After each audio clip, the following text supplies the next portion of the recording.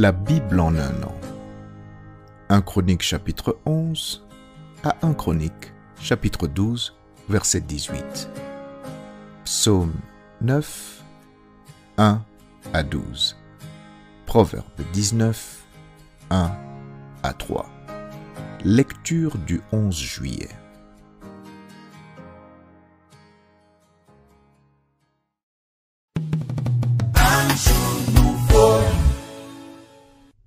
Actes chapitre 28. Après nous être sauvés, nous reconnûmes que l'île s'appelait Malte. Les barbares nous témoignèrent une bienveillance peu commune.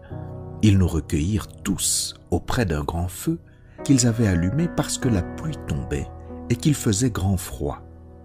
Paul, ayant ramassé un tas de broussailles et l'ayant mis au feu, une vipère en sortit par l'effet de la chaleur et s'attacha à sa main. Quand les barbares virent l'animal suspendu à sa main, ils se dirent les uns aux autres : « Assurément, cet homme est un meurtrier, puisque la justice n'a pas voulu le laisser vivre après qu'il a été sauvé de la mer. » Paul secoua l'animal dans le feu et ne ressentit aucun mal. Ces gens s'attendaient à le voir enfler ou tomber mort subitement. Mais après avoir longtemps attendu, voyant qu'il ne lui arrivait aucun mal, ils changèrent d'avis et dirent que c'était un dieu. Il y avait dans les environs des terres appartenant au principal personnage de l'île nommé Publius, qui nous reçut et nous logea pendant 3 jours de la manière la plus amicale.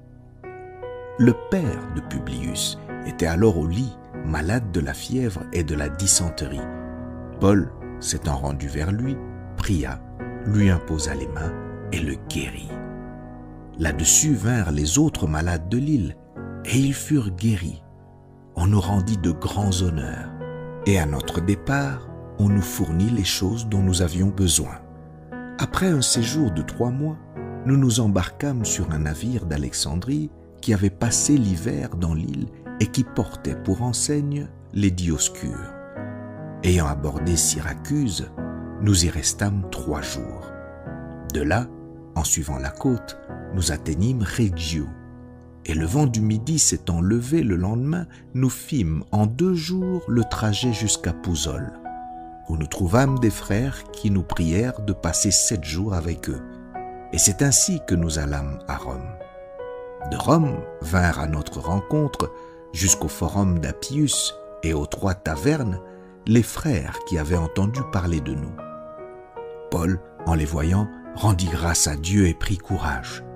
Lorsque nous fûmes arrivés à Rome, on permit à Paul de demeurer en son particulier avec un soldat qui le gardait. Au bout de 3 jours, Paul convoqua les principaux des Juifs, et quand ils furent réunis, il leur adressa ces paroles. « Hommes frères, sans avoir rien fait contre le peuple ni contre les coutumes de nos pères, j'ai été mis en prison à Jérusalem et livré de là entre les mains des Romains. Après m'avoir interrogé, ils voulaient me relâcher parce qu'il n'y avait en moi rien qui méritait la mort. Mais les Juifs s'y opposèrent et j'ai été forcé d'en appeler à César, n'ayant du reste aucun dessein d'accuser ma nation.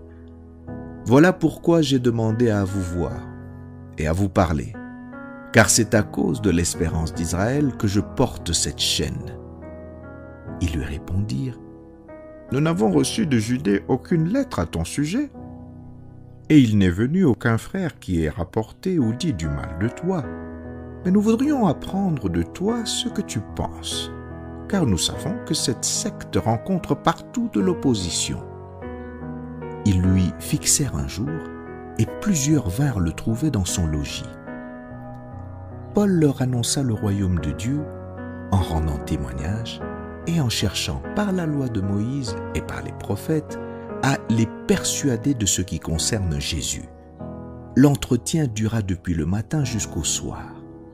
Les uns furent persuadés par ce qu'il disait et les autres ne crurent point.